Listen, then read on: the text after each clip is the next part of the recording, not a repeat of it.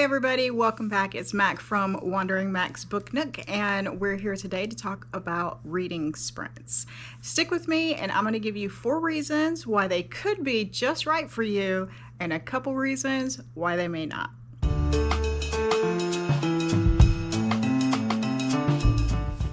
So let's face it, reading as a hobby is a pretty lonely hobby, okay?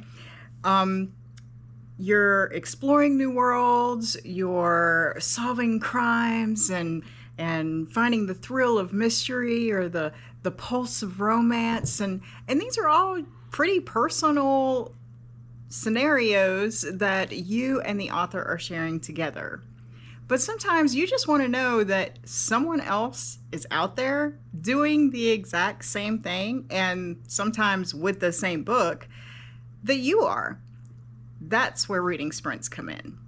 Before we get into whether or not reading sprints are right for you or not, we probably need to figure out what are reading sprints. And there may be some of you out there who just really don't know. So a reading sprint is where you log on to your favorite social media. Honestly, most likely that's going to be on YouTube. Just because the format, the ability to be able to chat with each other, to be able to interact and see the person that's there. Though there are some that have happened on Twitter or X, formerly Twitter, and things like that as well. Nowadays, most of them happen on YouTube. So a reading sprint is where you log onto that site, usually hosted by a booktuber, and everybody who is up for reading logs in at a specified time, and you chat for a while. Then about 15-20 minutes into the session, the host of the reading sprint will start a timer, usually for about 40-45 minutes. The timer will start, you open up your book, and you start to read. Once the timer goes off, then you get in the chat again and talk about how many pages you've done, or if you've ended a chapter, or if you've ended the book, or oh my gosh, what an amazing plot twist, I didn't see that one coming, those type of things. And it can be really great as a community builder and to really get people to interact with the content of a book. It's basically a lot of people who just log on to do their favorite thing, which is read. So now that we have a better understanding of what a reading sprint actually is, now we get to decide if a reading sprint is worth it for you or not. So let me start with 4 positives of reading sprints. The first one, of course, is, and I'm going to say this 100 times throughout all of my videos, is the community. The BookTube community is like no other community out there. We are constant supporters of each other. We are always interacting with each other. We're running sprints together. We're doing collaborations together. We're lifting each other up. We're pushing each other forward because we're all about the experience of reading. The second reason why you might think about taking on reading sprints is because somewhere along the way, usually around the beginning of the year, we end up setting goals for ourselves as far as how many books we want to read, or certain types of challenges we want to participate in, or something like that. Now, the issue is that if you're not setting aside time to actually complete that goal, it's going to be a lot harder for you to actually get it done. Having a dedicated time to log in to do reading sprints with people that are also there doing the same thing you're doing helps give you that accountability so that you can reach all of those goals that you wanted.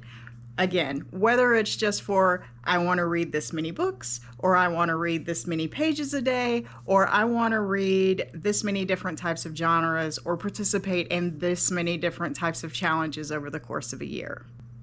Having that community there and ready when you are ready to be able to sit down and read is going to give you that dedicated time away from that hustle and bustle of real life and all of the things that come with it, just so that you can sit back with other people and get that goal done. Scheduling that time is going to be the most important, and that's going to help you reach your goals. So let me ask you a question. Did you set any type of reading goal this year?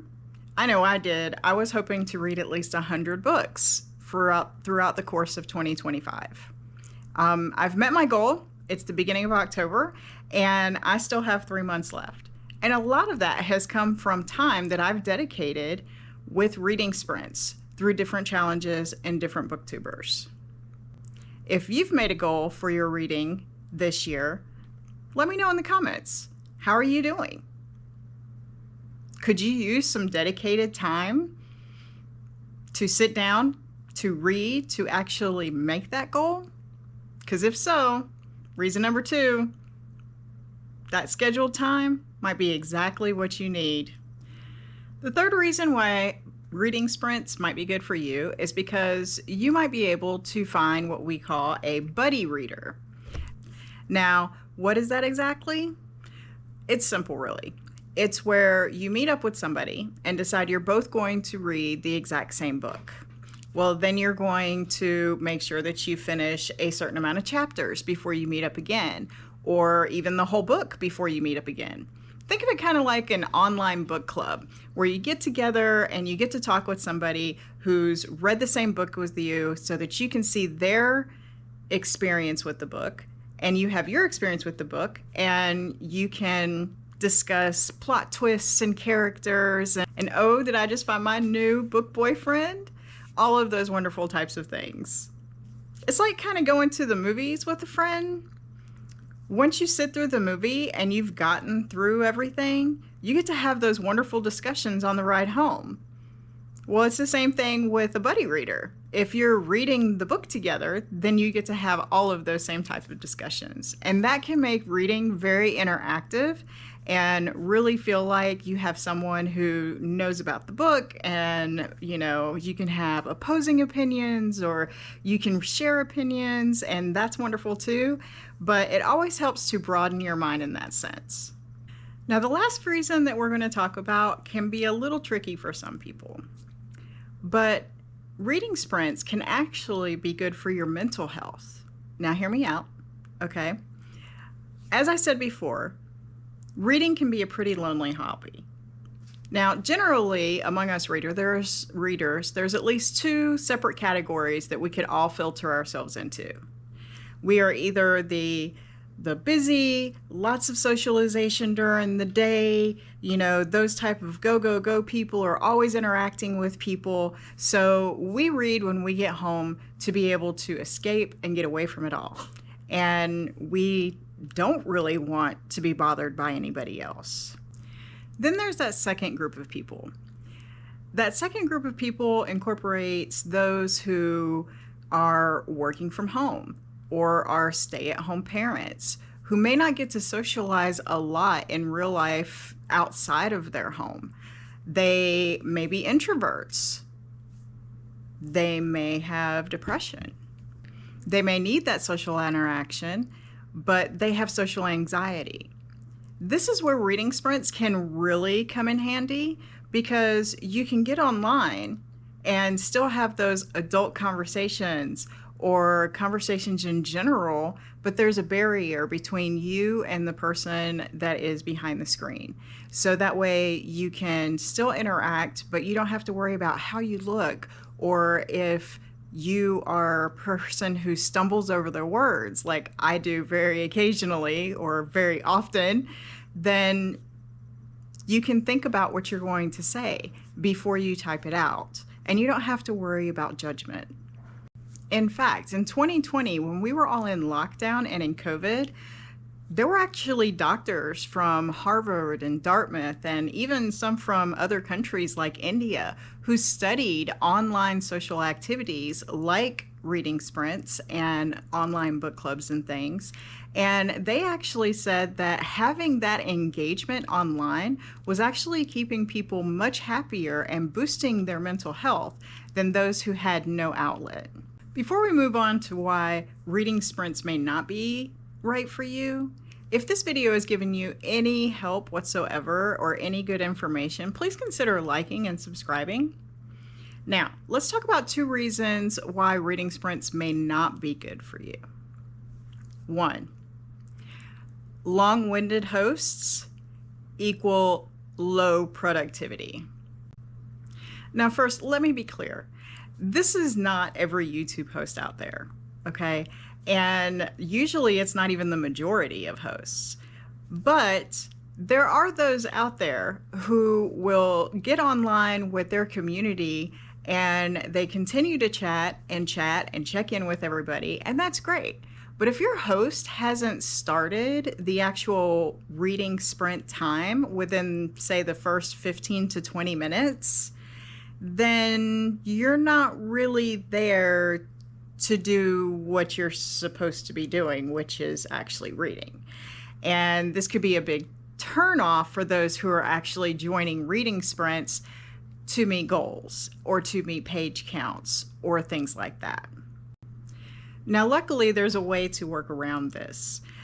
Most of the booktubers out there who run reading sprints have done so in the past. So you can easily pull up a YouTube video of their old past live streams and kind of click through them just to see how long it takes them to actually get started in the sprints. Once you do that through a couple videos, you can get a good idea of if this person's going to be right for you or not. Before we get to our last why this may not be for you, let me know in the comments. Do you think you may join a reading sprint soon? Does this sound like something that could work for you? Or maybe not? Now, my last reason why reading sprints may not be for you is distractions. Unfortunately, I have one of those wonderful ADHD brains that really kind of just pings off the walls, especially the later it gets at night. So if I'm logging in after work, after I've worked my full hours, after I've done dinner, and I log into a reading sprint and I start to do the reading sprint and the timer starts and everything's set up and going wonderful, there's always going to be people in the chat who are still going to be chatting. And that can become a big distraction. So seeing the constant things going up, other distractions could be just the music that the booktuber decides to play in the background while you are reading. It may not be for everybody. You know, they usually try to pick like kind of slow jazz or you know, very soft music for the background. Think elevator music. But at the same point, even that can be distracting. One big distraction for some people is that they just can't stand the fact that there's a countdown clock. So it makes them feel rushed and they're skipping words and they're not understanding what they're reading. And this can be a big drawback as well. But there are a couple ways that you can work around this. One of the things that I've done is just made sure that I have turned my seat around. Once that timer starts and I'm supposed to read, I will turn my seat around so I don't see the chat, or I'll hide the chat so I don't see it if it's the chat that's bothering me. If it's the music that's bothering me, I turn it way, way down, because guess what? When that ding goes off at 45 minutes, you're gonna hear that over top of the music. So even if you turn it way down, you still are not gonna miss the beat. And if you do, it's not really that big of a deal. You're there to read.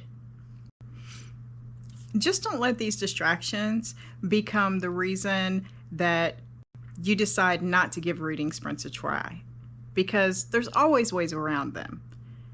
Getting things out of your head so that they're not competing with your reading, there's always a way to work around those. So there you have it, guys. 4 reasons why reading sprints might be for you, and 2 that you might want to reconsider. I hope you really enjoyed the video.